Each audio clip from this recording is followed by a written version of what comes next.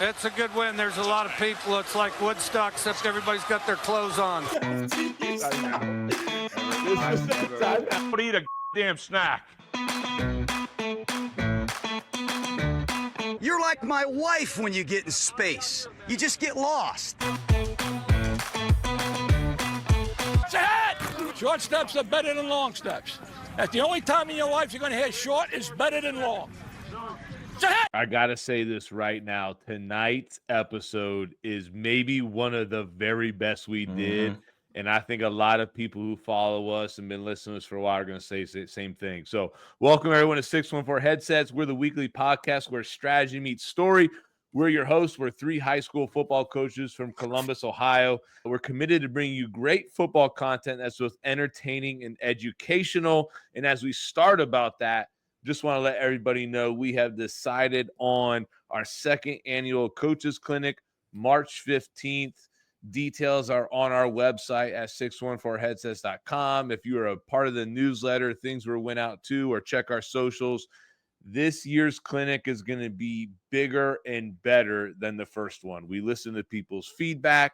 We've got bigger speakers this time than last time, I feel like. Or at least we reached out to some people around Columbus and said, who do you want to hear from, right? And that's how we've gone about making this panel of great speakers. So hop on, head over to 614 Headsets. Make sure you head over to the 2025 Coaches Clinic tab. See what we got going on. That's going to continue to be updated as we add our speakers as we're finalizing things now. But we're going to have a fire clinic now that's been expanded into the larger presenter room. We've got the pub, coaches social there. We just can't wait to have everybody there and continue to network and grow this great game we're doing. Boys, how we doing? How's everything going? Life's good, right? Like we're rolling. I think for me, tomorrow's going to be a little wicked though. Tomorrow's my first day back at school, man. Total first day back after, actually your paternity leave is over. It's time to go back to the real world. Yeah. So, I mean, I went for a half day. I had an important IUP meeting I had to operate and run last week, which was just a little intro, right? It's just a half day, but tomorrow's going to be interesting to see how my wife holds the fort down while I'm gone. Love it. Hey, listen, this end of year, like with football, is always awesome. With college football bowl season, the playoffs. This, as a sports fan, with my two big football teams, Ohio State and Washington, it's like I'm living in a freaking euphoria dream. I have never had this kind of like late run into my sports fandom. So I'm living on cloud nine right now. Most people know this, that you went to the game last week. How was going to the game? So the Washington versus Detroit game, just so we're being clear. So I'll throw this out there too. My wife is a huge Lions fan. We were very cordial to each other throughout the whole process. Wasn't too much, back and forth, everything like that. But love the city of Detroit, been up there a few times. The Lions home atmosphere there was insane. They had a light show going. They had a wristband for every single fan for like their big light show, and they scored. Wild. Eminem was there. They were playing his music. Wild time. I was lucky to be sitting with three Redskins fans in front of me, two to my right and one to my left. So it was a Did you wear the wristband? No. Oh, no. I let my wife wear it too. Where was your wife at? You had two right next to right, me. one to your left. Like what? I had three right in front of me, and then I had two like older fans to my right, and then my wife was to my left, and then like just to the That's like, Donovan's style. left. Donovan loves to be sandwiched in the middle. That's just his thing. That's just what he loves. That's where he feels comfortable. That's home for him, man. We're glad you had He's the typical cat that asks to sit with another coach on the bus rides. Like he was old school back in the day. He goes, I don't want shotgun. I'll sit in the middle. That was his thing, man. And we'll just leave it as that because this is a PG show. Of course. It might not stay PG as we have Ohio State on and he does his thing. And like I can't wait for everybody to hear it. But make sure you subscribe to the show. Head over to 614headsets.com. If you can, pull up on your phone right now. Leave us a rating. Leave us a review on whatever you're watching or listening us to. Donovan, tell them what we're going to get into on episode 63. Yeah, as you said it, we got a great episode today with Tate Moore, otherwise known as Ohio's Tate, with Barstool Sports. going through his journey being a high school coach in Central Ohio for multiple years, being a teacher in Central Ohio, his journey from that, and his journey with Coach Sayers a little bit. You guys will get into, be able to hear now working with Barstool and interacting with some of those folks. All the characters you can think of, Jon Gruden, Dave Portnoy. We talked about all that in this episode. So great time to reflect on the Ohio State season and get into his journey a little bit. Let's do it. Tonight. And as we get going, and man, we just want to make sure everybody knows we are proud to be sponsored by Fundraising University of Ohio. Fundraising University of Ohio offers a variety of fundraising efforts that helps football teams run profitable, effective, and fast-paced fundraisers designed to raise the most money in the shortest amount of time to reach their fundraising goals. Fundraising University of Ohio is locally owned, operated, and with their 6-step blitz system will help your team maximize profits. Brent Maxwell with Fundraising University will sit down and help you strategize and execute your next fundraiser. If you're interested, please reach out to him at Brent Maxwell at bmaxwell@fundraisingu.net or 740-501-8946 to figure out how you're going to dominate this next year in fundraising. Let's get into this fantastic show. Here we go, 614. We got a special guest in the booth today with us. This dude, man, I'm super happy about this episode. I just got to tell it is Tate was my roommate at one point, probably one of the first people I met at Pickerington. We lived together, just him and I. Then we moved in with our boy Parker Carmichael that was on the show before as well. He's down coaching the Bulls. So for me, it's like the Irish Rose Lane boys are all rocking out on 614. But for Tate, man, just excited to have him on the show. I'm going to give a little introduction because I feel like it can't go unnoticed that this man was 164-37 was his record in high school women's basketball, which is a crazy record. Thank 5 you. straight LCL titles and 5 straight Coach of the Years in LCL. Stop. People don't realize Tate, though, did transfer from his walk-ins to his rival school at Granville. I don't want people to forget about that. The grass. I thought the grass was greener, Coach. Tell the whole story. And then he got 4 straight district titles. Then he got 1 D1 state. I mean, he's just it got so many coaching accolades. Now it was an amazing teacher too, but now just doing his thing. Tate, talk a little bit about your journey and where you're at now and what's life bringing to you. Yeah, so I was a teacher and a coach for 10 years. And obviously, Coach Sayers and I's paths crossed, and those were 2 very fun years. We lived in that coaching house where, you know, he was going to Pick North or he was going to Northland. Parker was going to Lancaster, and I was going to Watkins and Granville. And I was working part-time for Barstool. One interesting point is that Sayers didn't know that. No clue. Look, it was crazy. I had no clue. He was just like, I got to tell you something. And I'm like, what are you? I was nervous what he was about to say, though. You're like, bro, we already knew. I'm like, shut up. But I thought my guy was coming out of somewhere, out of the closet, baby. I was like, hey, relax, big kitty. So anyway, so I was doing it part-time. I was writing part-time, being a teacher. And then long story short, this past March, so almost a year ago, I was blogging during the day on my school computer. I was coaching Granville girls, and Dave Portnoy reached out to me. And it wasn't the first time, but I thought it was the right time this time. And he offered me to go full-time. So, and he asked me, he's like, how much would it take for you to leave the classroom and move and start working for Barstool? It didn't take much, I'll tell you that, because there's so many. I was really excited about the opportunity, I'll say that. But yeah, so what we ended up doing was I finished my last tournament at Granville, and we agreed that once we lost, I would start the very next week. So we lost in the regional semi to Bryan, and then I packed up my stuff, and that was on a Friday, and by Monday was my first day at Barstool Chicago. So I live in Chicago right now. I think the craziest thing, though, was I was watching these Granville girls basketball games with like thousands of viewers because everybody that followed Ohio State was watching these girls play basketball. Because the buzz was building. If you go back and you remember, like, the cat was out of the bag. It was the final season. Like, so, like, everybody kind of knew that was going on already. So that's when I hopped in. Like, you know, I was with Ryan at Pickerington for a little bit. I know we crossed paths a little bit, but we didn't get too close during that time. But before then, where'd you go to high school, Tate? Tell us about the even further backstory. Yeah, definitely. So I'm from Wadsworth, Ohio, Coach Stout. Yes, sir. The Grizzlies, baby. Grizzlies. So I grew up in Wadsworth and I did my first 18 years there. And I went off to Ohio State. And basically, I really wanted to be a journalism major. And my dad, more so my dad than my mom, but my dad sat me down and he's like, look, we're going to help you with college, but there's a couple like parameters that you have to fall under. And one was they had to approve my major, which I don't know. I know you guys got kids.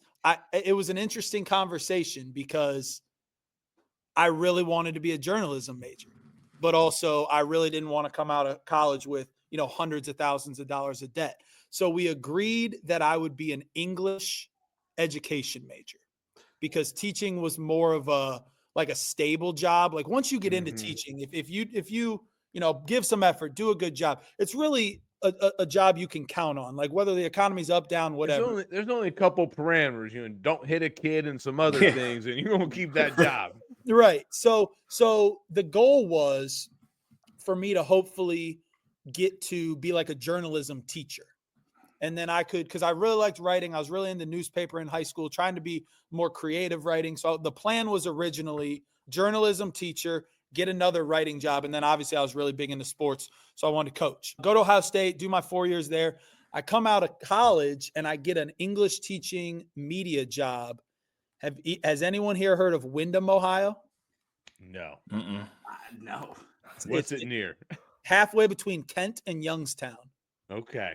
I've passed the signs just going back to Youngstown, like traveling back there. I've seen Windham, but I can't say that I've pulled off on the exit and stopped. Boys, Division 7 football, now Division 7 basketball. My first year, so I go there, and it's one of the smallest schools in Ohio. My junior class had 7 girls in it when I was the girls basketball coach. But they have one of the winningest all-time high school men's basketball coaches. So I was like, this is great. Like I get to teach. I get to teach what I want.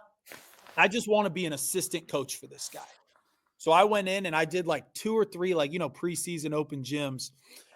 And the superintendent was the head women's coach. And I don't know if he was doing it to be nice. He definitely had my best interest in mind, but I also think he wanted out of coaching. And he's like, hey, man, you really know what you're doing. You're good at communicating. Do you want to be the head women's coach? So in my first year teaching, I was 22 years old. I was an English teacher and a girls basketball coach. And from there, I did 2 years at Windham, really wanted to move up divisions and also back to Columbus, interviewed for the Pickerington North job. And this one always sticks with me. I thought I did really well. I think I interviewed well. I thought I had a pretty good resume. I get that I was young and I was Division 4 in basketball, but I did not get the job. And I was told that if I was just a little bit older, that I would have got that job. So I ended up interviewing at Watkins Memorial next door. And we played Pickerington North game 1 and we beat them. So that's still. Let's talk about the 17 coaches Pick North girls basketball's had probably since that interview, if we're going to be honest. Listen, the most dangerous thing about my job now, because you guys are all in a position where at some point you got to shut your mouth. Like you might feel one way, but you got to shut your mouth. You can't say what you want to the parents all the time. You can't say what you want to the kids all the time. You can't say what you want to the administrators all the time. Now I can say whatever I want. And I'm not gonna unleash, but I was very unhappy, and I was very happy to see the revolving door of what happened. Because I don't know if you're doing your hiring, I feel like a 25-year-old with a good resume that communicates well, that teaches in the district. I thought I should have got that job, but I didn't. That was like our first year living together, pretty much too. I remember that, like Rossi and Coach Eddie's that Kilbourne. That's who linked me and Tate together, but. Yep. Was there, everybody was like, man, how does this guy not get this job? It's just because of age. That was a wild time. Yeah, I was really upset. I took it really hard, but I was pumped to get another job. Did 2 years at Watkins. We were good, but you guys know how it is. If you're the bottom of that top dog division, there's only certain teams that can win the state title in certain sports. And Watkins was Division I girls basketball. So we went I think we went 21-1 or 20-2. And then who do you want to play? You want to play Pickerington Central? You want to play Reynoldsburg? You want to play Newark? We couldn't even win a district. So I did choose to go to Granville And I moved down one division. I thought I moved up in terms of lifestyle and professionalism. And I was really excited about that opportunity. And then I did 4 years at Granville. So that's kind of my coaching and teaching career. And then I moved on to Barstool. Yeah, for sure. And we're going to get into a lot of that more later. That's awesome. I had no idea the Wadsworth connection was there. So that's super cool to hear. I love my time there. That's a great little town, man. Great little community, great little sports town. I love it. Let's get in and learn a little bit more about this guy. Ryan, go ahead. Get us to we got shouted out this today. I think it was Coach Sneed from Michigan said that of all the football podcasts he listens to, the Pick Six segment is the very best thing there is out there. That's what he said. So appreciate you, brother. Let's get into it, Ryan. I imagine he said that because I read the best freaking ad read in all of America.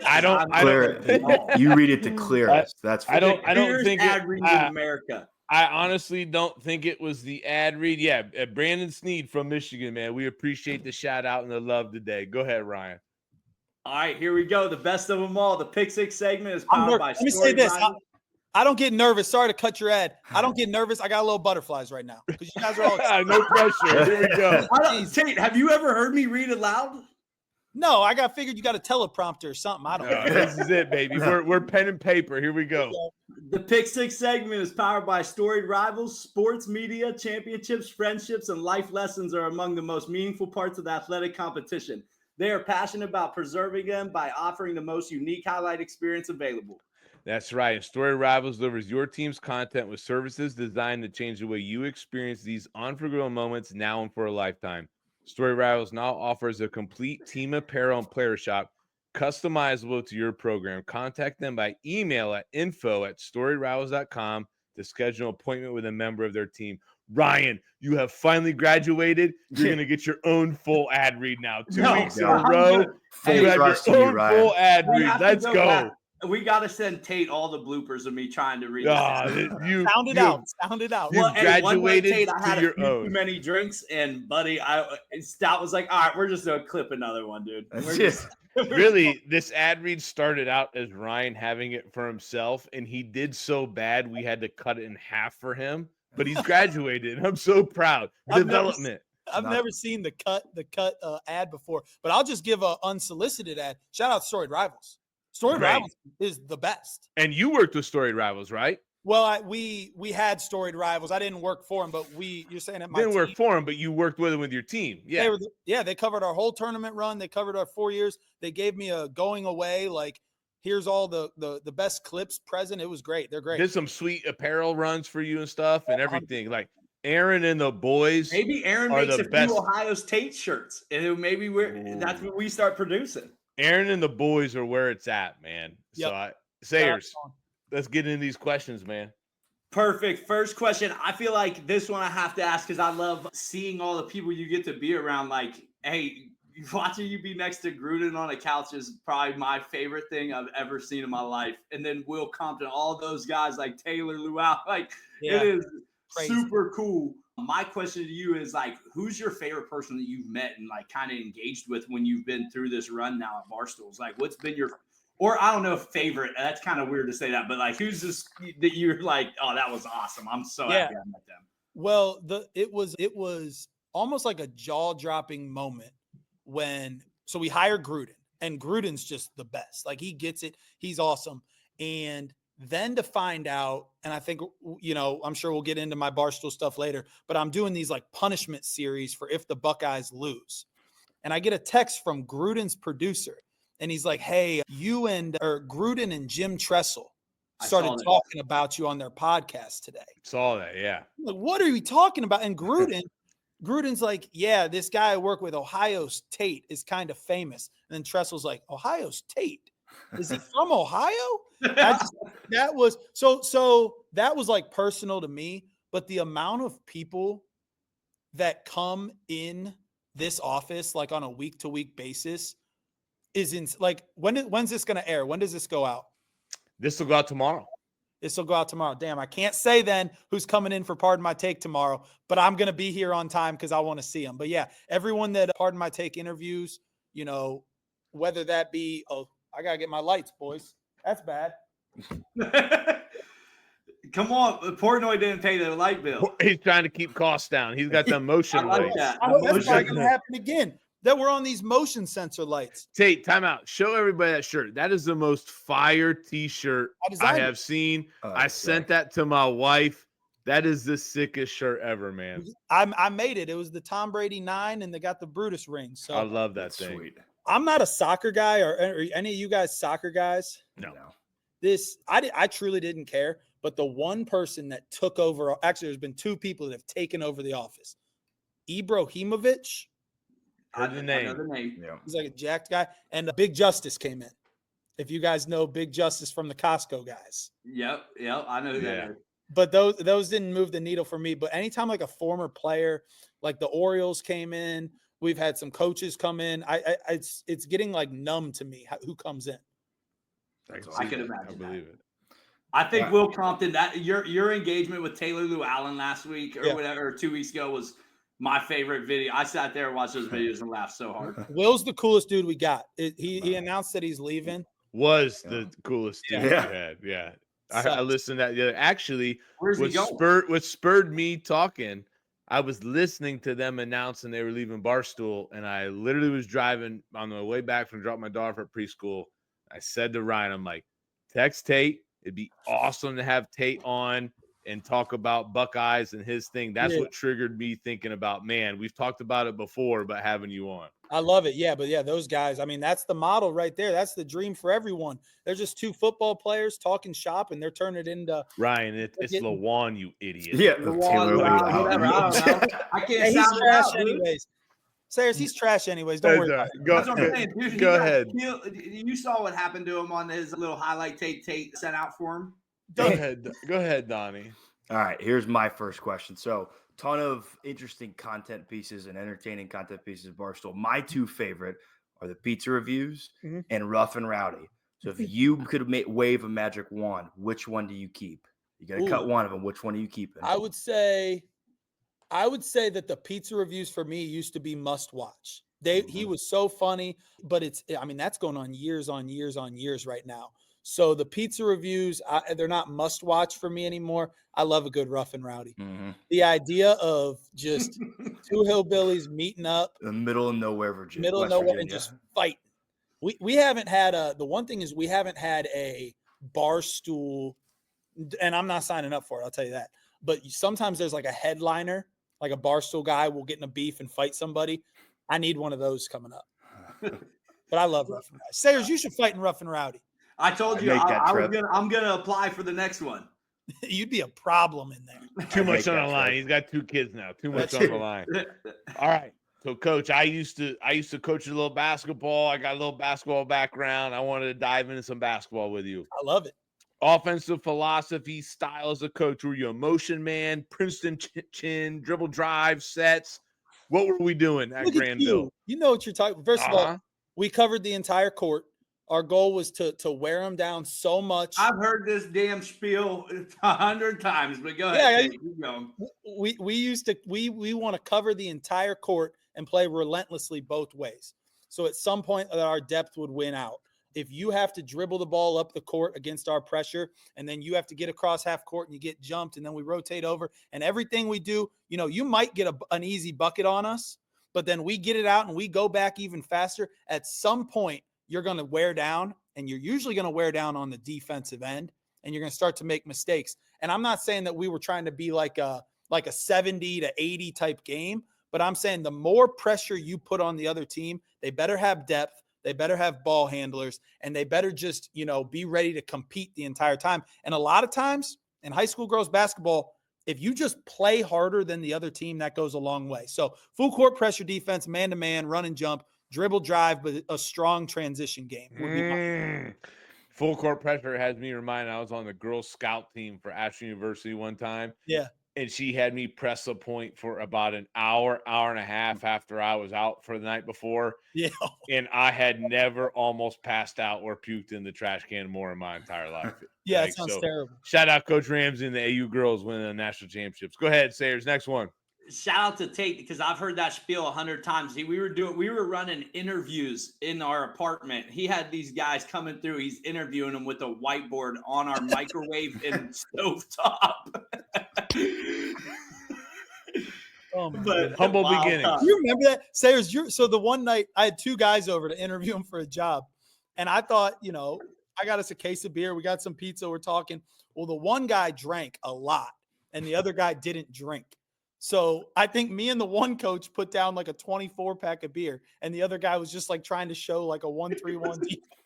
I remember that, dude. I was like, what's wrong? I was sitting in the living room, like, listening to these dudes. I'm like, is that one dude okay? Like, he doesn't drink. He's like, he kept like, all right, let's stay on track. But you guys know how it is. Part of coaching is just being with the guys and having fun. So you got to be able to hang out after. I think what Voss said last week coming on this podcast, talking about it's more about who you're with and where you're at, was one of the things that has stuck with me from all of these episodes more than anything else. And it's just interesting to see how all that ties back in together. Now I've been thinking about it lately.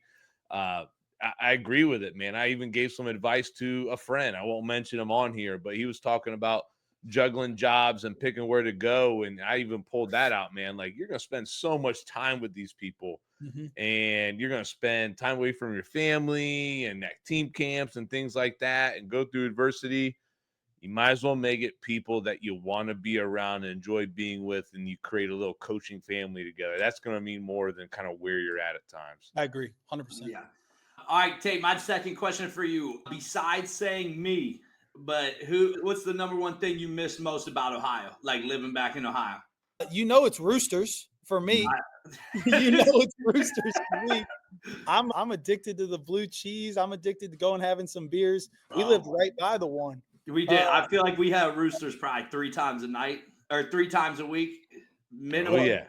Back in the day, me and the homies, my buddies I used to live with, it was wings, dumpster tots, and about 3 tall Miller Lights. And then today I could never put down that same amount. Well, that's the one thing that you guys don't get to experience as football coaches is there was nothing better than choosing a Friday night game in the area, going and having beers before, having wings before, and then going to watch, the high school football game of the week, or go watch Sayers game, or go watch whatever our school's game is. I miss that. Like, I live in the city now. I live in like a high rise, and Sayers, if you want to know the truth, prices in Ohio is one thing that I do miss.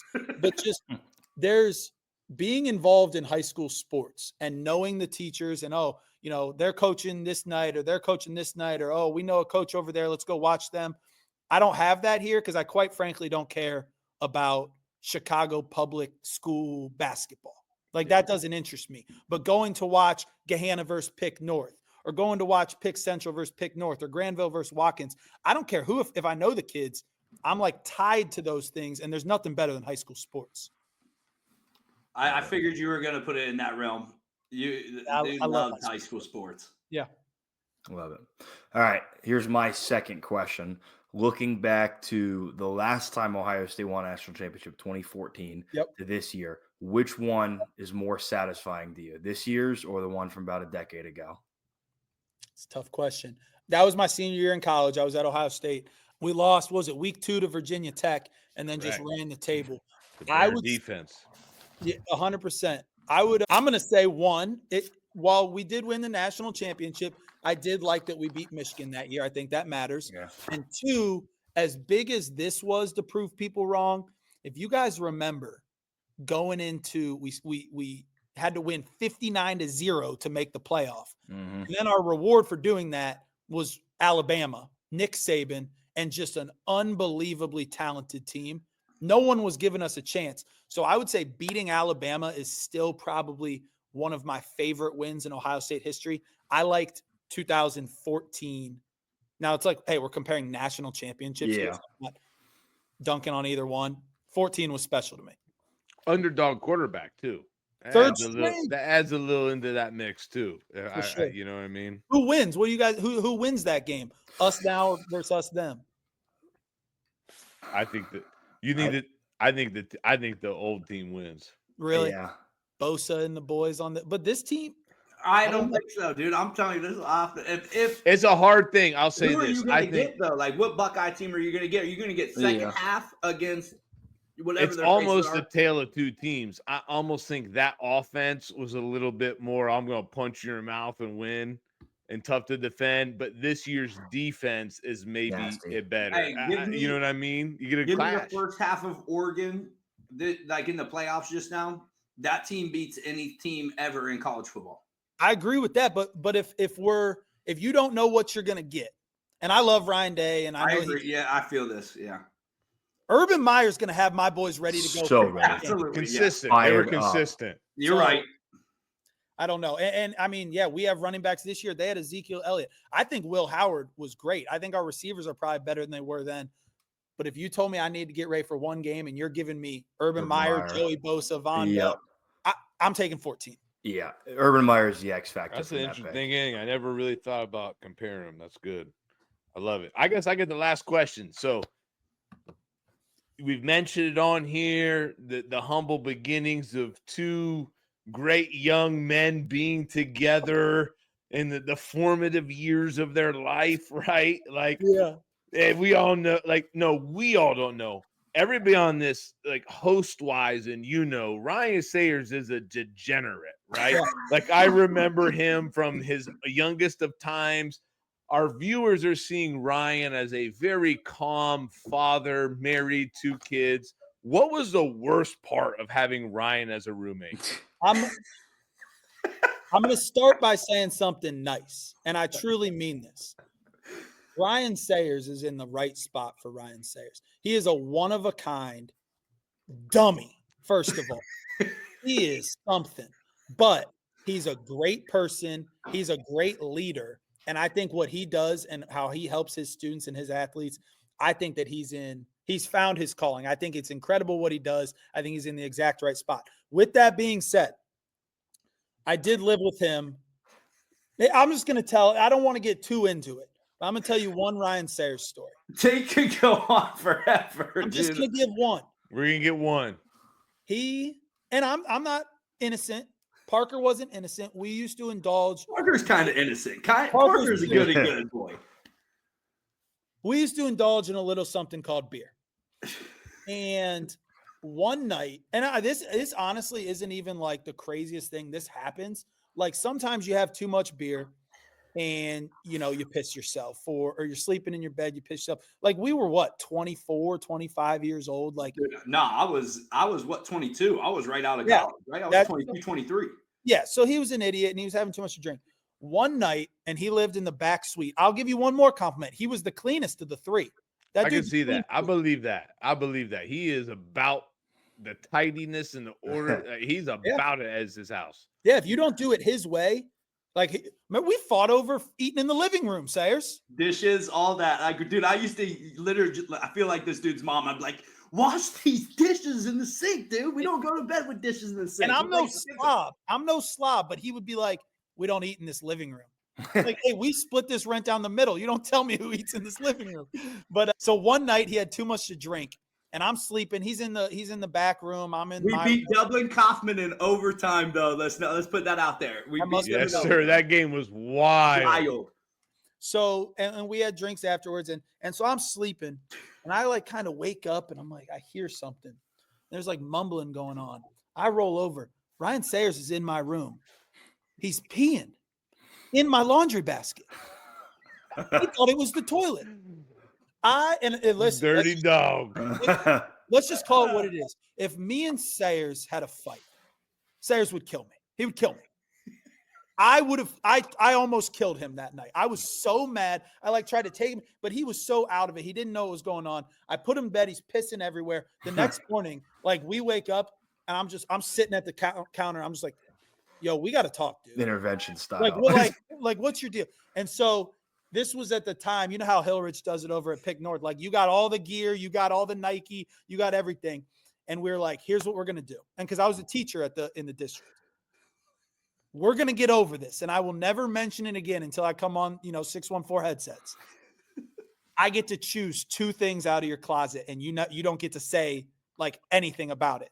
And so we agreed. So I did all my laundry. I washed it off, and I got a really nice PN football Nike quarter Oh, zip. yeah. And I got a really nice gray hoodie, PN Nike, that I wear to this day. The funniest thing is that hoodie that he was in that he posted the other day at Barstool. So I text Tate and said, "Hey, you better, when you post the hoodie that I wore, that I gave you better give me a shout out." And he texts back like, "Whoa, Nate bought some great gear, man. We had gear to the nine there. Don't forget, that was a punishment of yours. You peed in my laundry basket, bro. I'm not shouting you out." And I was like, "You win, fair enough." I'm just surprised like he cleaned it and you didn't clean it. But I was rolling to Indianapolis the next day with Amanda. We were going on our first weekend trip. So I wake up at 6:30 and he's down there running laundry. I'm like, "Bro, what are you doing?" He's like, "We need to talk right now." Yeah, you pissed in this last night. That's why. It's not a surprising story. That's a pick six segment. I can't wait to learn more about this. Let's get going.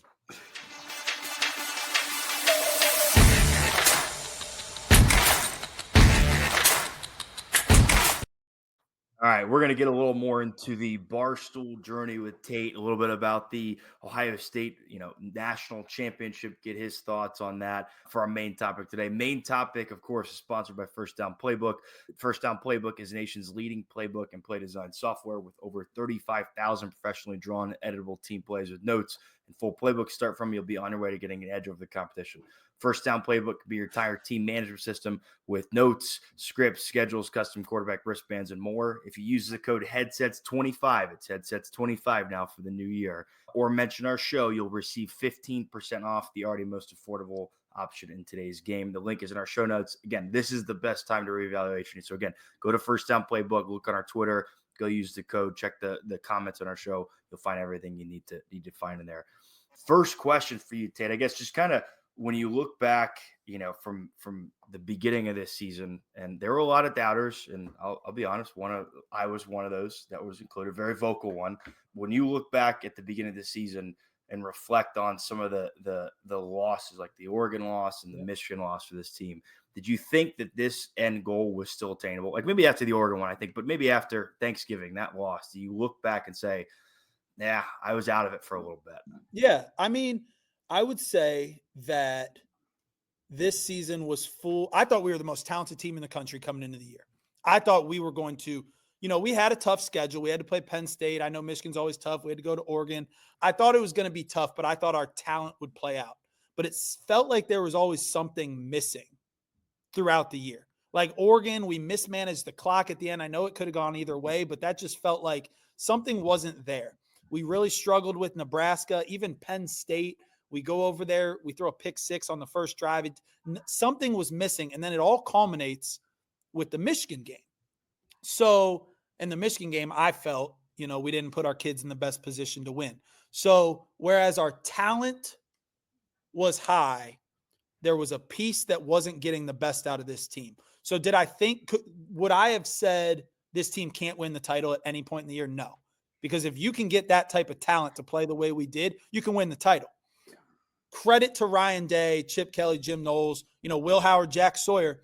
Whatever happened after that Michigan game finally clicked and propelled us to a national championship. I mean, ultimately, you guys all coach. You want to be playing your best ball at the end of the season. This team is playing their best ball at the end of the season. So did I ever jump off ship? No, but I feel like it never really clicked until the Tennessee game. I thought about this today. I know Jack will never take this for himself, or he'll say it's a team thing. I don't know if the Buckeyes win the national championship without Jack Sawyer. What happened post game, Ohio State? We don't rip that flag down. We don't win the national championship. I don't think him being on this team, bringing everybody. Jack Sawyer led everybody, and we all know Jack. Jack Sawyer led this team, and was that, I think it was a defining, pivotal moment for moving forward in this year as a season.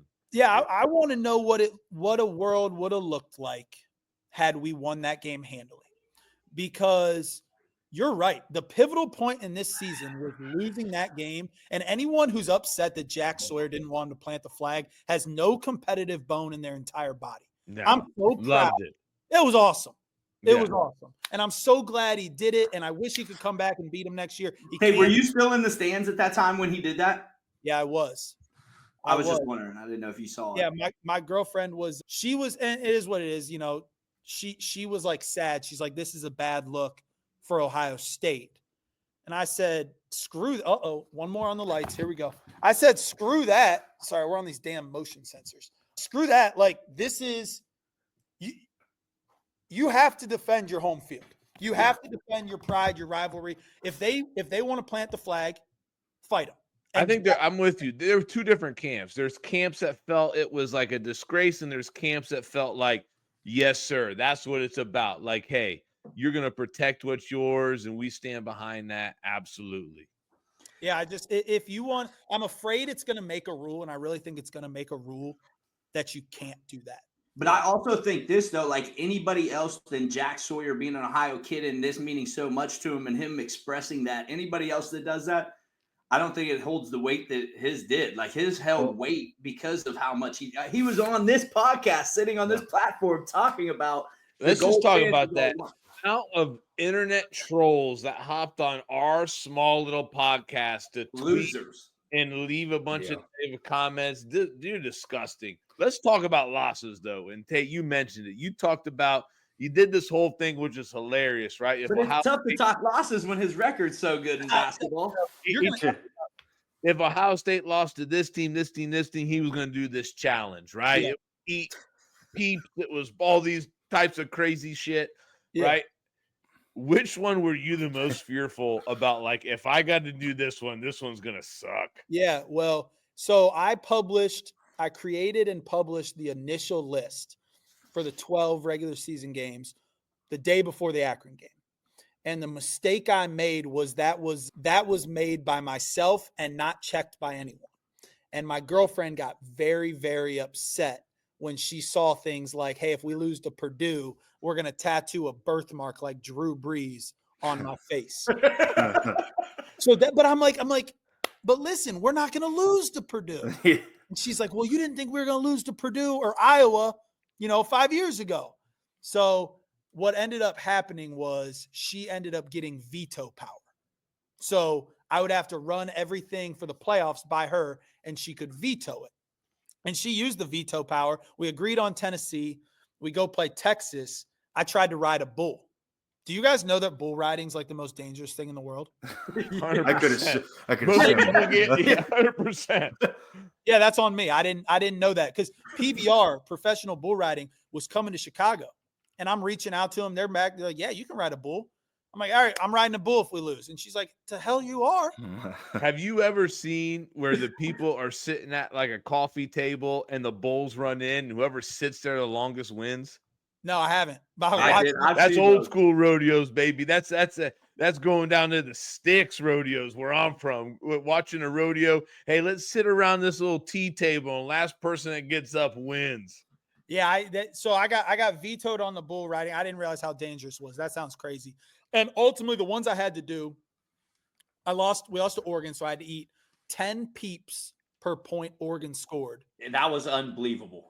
Well, and Oregon, their offense, they scored 32 points. And I think we got lucky that they only scored 32. I think they missed a field goal. They fumbled, whatever. Mm-hmm. So I had to eat 320 peeps. When's the last time you missed a peep? You had to terrible. I can't get past 1 or 2. It was, so it's the equivalent. I had to do it in 5 days. It was the equivalent of drinking 88 cans of Pepsi. Oh my God. In a week. I was shitting green. I was shitting the thing is, and Tate, my guy loves some Pepsi. Nice ice cold Pepsi. Drink that all day. It was so bad. So then we play Oregon in the playoffs. And I'm like, yo, I'm not doing peeps. Like, all jokes aside, like, you guys all have that one alcohol where, like, you drank too much of it as an 18-year-old, 21-year-old, whatever. You threw up, and you can never drink it again. That's where I'm at with peeps. If I had to eat one peep right now, I'm puking. And the internet just bullied me. They're like, you can't do anything. It has to be peeps. So I ended up doing a repeat for the Oregon game, but thank God we beat them that time. Yeah. That's hilarious, though. I've sent, the thing is, I was actually searching for peeps for Tate to send him because they were at a shortage across Chicago because of this guy.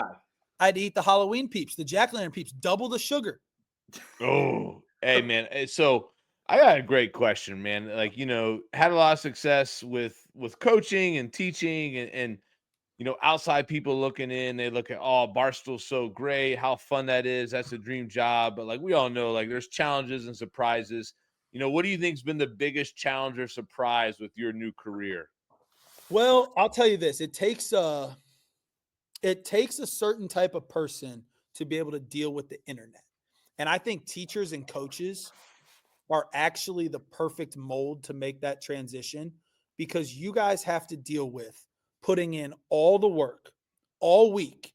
And then if the product on the field isn't perfect, or someone's, not getting the amount of playing time, then the parents are, it's you could get booed by your home crowd, but you could also, go in and someone's ratting on you to the AD or telling on you to the superintendent. And it's like, or just saying horrible things about you. So the one thing that I think that I do well is, like, you can tweet whatever you want at me. You can comment whatever you want. And it's like, it's just brushing off me. I don't know you. I've had people that I thought I, liked, then turn around and say he's the worst coach ever because he doesn't play my daughter. So I do get a lot of internet hate, especially being a Buckeye fan. Like, okay, if you don't like the Buckeyes, you don't like Ohio State. That's fine. The one thing that I would say, you're going to hate this answer. The one thing that I was surprised on of working at Barstool that I think sucks is sitting on those live streams and watching sports. Like I watched March Madness, and we watched basketball from 11 a.m. to midnight on the couch, Thursday, Friday, Saturday, Sunday. I had to go to the doctor. My back hurt so bad. It's a terrible answer, but sitting on the stream on NFL Sunday from noon to midnight, you want to like act like, oh, that's the greatest thing in the world. It is hard to sit somewhere for 12 hours. So that's my answer. I like that. I like that. It's surprising. You wouldn't think people say every career or job has some. So I was just curious. Sayers will be the first to remind everyone that I'm fat now, but I've gained 40 pounds in my 10 months so far. I taught Tate how to eat healthy. I taught him how to cook. I taught him how to grill. I taught him all these different things, and he's not using it. You got to get that walking desk, man. You got to get that. That's what my wife uses, walking desk.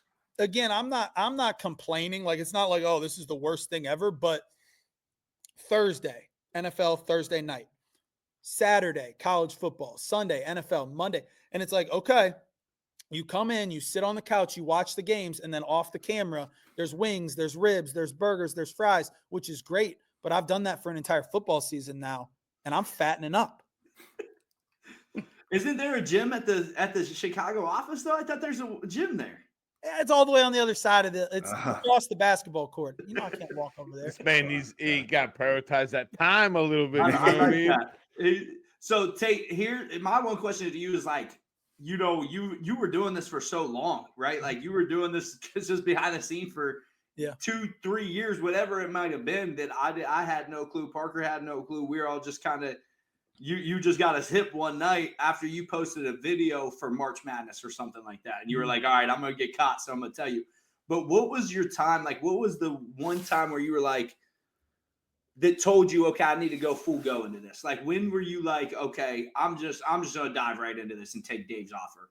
Yeah. I mean, so I started in 2018 blogging part-time. And after like 2 months, he reached out and he was just like, hey, I like your writing. Do you want to go full-time?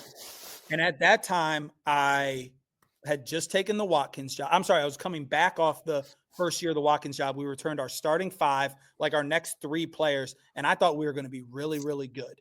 And also, I really liked my teaching job. I loved our living situation. Everything was great. And I'm seeing this, like, the offer wasn't for, I think it was like $55,000 or something to move to New York City. Now, do you want to bet on yourself and maybe you can become something? Yes. But also, I was very happy with my life, and it just wasn't the right time. So I said no. For the next like 5-6 years, was I happy? Yes. But also, I'm watching these other people at the company do things like they get to go, to these events. They go to these games. They're sitting there watching games and they're calling it work. Meanwhile, I'm waking up at 5 a.m. I'm going to school. I'm getting bitched out by a parent. I'm going to a TBT meeting. I'm hearing the instructional coach say, could we word these questions any differently? I'm going to basketball practice. I spend 6-7 days a week at basketball practice, and then we win the game. And then I have to go meet with my athletic director because so-and-so didn't play enough. And it's like, it all hit at the right time. It was my 10th year. I think the biggest thing, honestly, and you guys might feel this way too, my biggest problem with education is that it doesn't matter how good you are. You can't get rewarded monetarily. Like the best teacher in the state of Ohio might make this amount of money and you can't get any better. So I was topped out in my my master's plus whatever. And I really wanted to, like, even in sports, I mean, for us, if you go far in the playoffs, and I know you want to, that's just more work too. Like, there's no benefit of being a really Most good. districts don't pay you anything else. No. So my basketball season's going into March. Yeah. And then, a good basketball team starting on May 1st, you're going 3 days a week in the weight room, doing open gyms, all that stuff. Yeah. I didn't get paid a penny. And it's not about the money to like the coaches, but my God, think of your guys' work ethic. You have to be there every single day. Kids can miss, kids can go on vacations, coach can't. Kids can slack, coach can't, teacher can't. And think if you guys were rewarded for how hard you work. I wanted a profession where if I did well, I got paid more. And if I did worse, someone ripped my ass. And I didn't think I was in the right profession for that anymore. I know we're getting close to your time, Tate. We appreciate coming on. Just to be clear, I have about 15 if you guys want it. Sweet. That Awesome. 15 helps us. It helps us a little bit here. It's interesting, because Ryan and I have talked a lot, together. We talk about almost every day, every other day. And, it's grown, the amount of time coaches are putting in with spring football now and everything else. And, wives are looking at you like, what are you doing? And this and that. So it's interesting. But I want to get back into your profession a little bit, right? Yep. In this Barstool life. There's a lot of beef around the Barstool, right? And so I want to really know, as somebody outside looking in, is that beef real or is this clickbait? How real is this beef at Barstool between some of the people? And answer that as comfortable as you want, though, Tate, right? No, I mean, I'll say this. Does it generate drama? Is that good for everything? Yes. But it's not, none of this is scripted. Like, none of this is real, or I'm sorry, fake. Like, there's one person I truly don't like at this company right now. That's Dave. I'm not a fan of Dave. I'm not a fan of the Michigan thing. I don't think he's, giving me the respect that my work ethic shows. But at the end of the day, he also signs the checks. He offered me the job. He gave out very generous bonuses this year. Like, I think he's a really good boss. But no, like when he chirps at me or I chirp at him, that's not fake at all. The other thing you have to realize is on my end, and I probably got toughened up from living with Sayers for 2 years. I really don't think much affects me. Like, you guys are coaches. People are going to say stuff. You're going to be okay. Unless you're calling out like my work ethic or like you're not doing enough or you're not doing your job, you can say whatever you want about me and it's going to bounce off me. I have learned that is not the case with some of my coworkers. Like, you make a comment here or you write this blog about them and they get in their feelings. And I thought it was going to be kind of what Stout was saying, which is like more like manufactured drama to get clicks. Because Barstool talks about it's the locker room. You know what I mean? And we've all been in the locker room, and the locker room is one of the cruelest places to be. And you better come correct, and you better be able to like give it like, back and forth. Have you made up with Keegs yet? Have you made up with my girl yet, or what? Well, yeah, I mean, it is what it is. The whole thing, I had to like go to New York and get voted, and I said some things that I'm truly sorry for. That's a fact. But like, in my opinion, I think what happened was I was taking it as content and entertainment, and it was truly affecting some people over there. So I think you three would all fit in well, and like, you can bust balls. If you have a sports background where you've been in the locker room or you've been a coach, you can bust balls. What goes around comes around. You have to be willing to get your balls busted, or else you're you're soft and you're not built for this. So Hey, I well, don't know. you tell Dave, man, you take Bustin's Anytime. contract and you slide it our way. We're good to go, maybe. We're ready to go in that locker room mentality. We'll come in and give it what he needs. And hey, we'll come in and we'll help Jon Gruden when he puts in a little double mug A gap and he just shows a little full slide. Like, hey, Gruden, there's more than one way to pick that up, baby. We'll talk about that with you. You got to remember who he's dealing with, though. I know. I saw you all sitting in there. That's my favorite part of the week when he puts in a play. That's great, but he's so double funny. mug, full slide. He's putting a freaking running back on the Division I top picked DN. That ain't gonna work. Come on, I gotta tell you a Gruden story. So let's get one. He comes in. First of all, watching a game with him, and I'm sure you guys can do it. Is it even fun, out of though? control? It'd be out of control to watch a game with him. He's the best. First of all, he comes in, and the first Sunday he's sitting there, and he looks around, and we're all watching the game, and we're all talking about our bets, and he goes, "Can we get a case of beer in here?"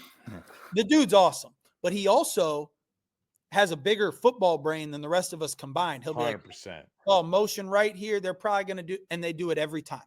We play this game where like you have to predict what happens next, and you might put a poker chip, couple bucks, whatever. I swear to God, through like 4 weeks now, the dude hasn't lost one bet. He'll just be like, "Oh, quarterback power here," and then it happens. But the story I was going to share was he puts in these plays, and our cadence is, I think, set hut, color number, set hut. Not rocket science. It's not the hardest thing in the world. We go out, we run our first play. I'm the tight end. Didn't even get any balls. We false started like 4 of the 6 plays. And I'm bitching at everyone because the quarterback would be like, "Set hut," and everyone fucking jumps. And so I'm bitching, and I'm like, "Gruden, like," and so he's like, "Good job." I said, "It's not good job if your offense jumped 4 out of 6 times. Like we can't have that." So we go into the kitchen, we're talking, and he goes, "Tate, Ohio's Tate, you're a smart guy. I like you." He goes, "I'm going to give you a real important position next time. Someone that needs to manage everything." I said, "Oh, great. I thought I was going to be the quarterback." You put you at center. Put me at center. But in the NFL, that's true, baby. That's true. Any football guy knows where he's going. Yeah, it's true. I knew that was coming. I thought I was going to be the star of the show. And he calls us and he goes, "Huddle." He goes, "Ohio's Tate, center. I need you to pick up the blitz packages out of the A gaps." I'm like, "Coach, you think I'm blocking anybody?" Yeah, I think a great thing to end on, and Tate, we appreciate you coming on, man. This has been a fire episode. What's next for Tate? What's the long-term goal? We've talked about the previous, we've talked about the now. What's your long-term? What's the big picture for you? Yeah, so right now I do a college basketball podcast twice a week, and I cover all the Buckeyes, sports, Cleveland sports.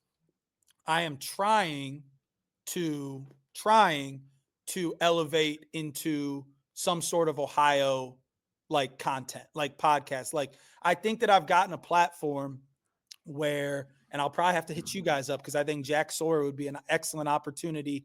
You know, I think that I've gotten to the point where Jack Sawyer could come on a podcast. Will Howard could come on a podcast. Maybe do, some sort of Ohio football during the fall, Guardians podcast, Cavs, Browns. That's my goal. But until then, I'm just going to keep grinding and doing, whatever they need me to around here to keep earning my contract. Which you're probably lucky Dave didn't take you up on your bet with the whole Michigan thing, right? I mean, I'm going to spin zone it, but yeah, I am lucky. That's a fact.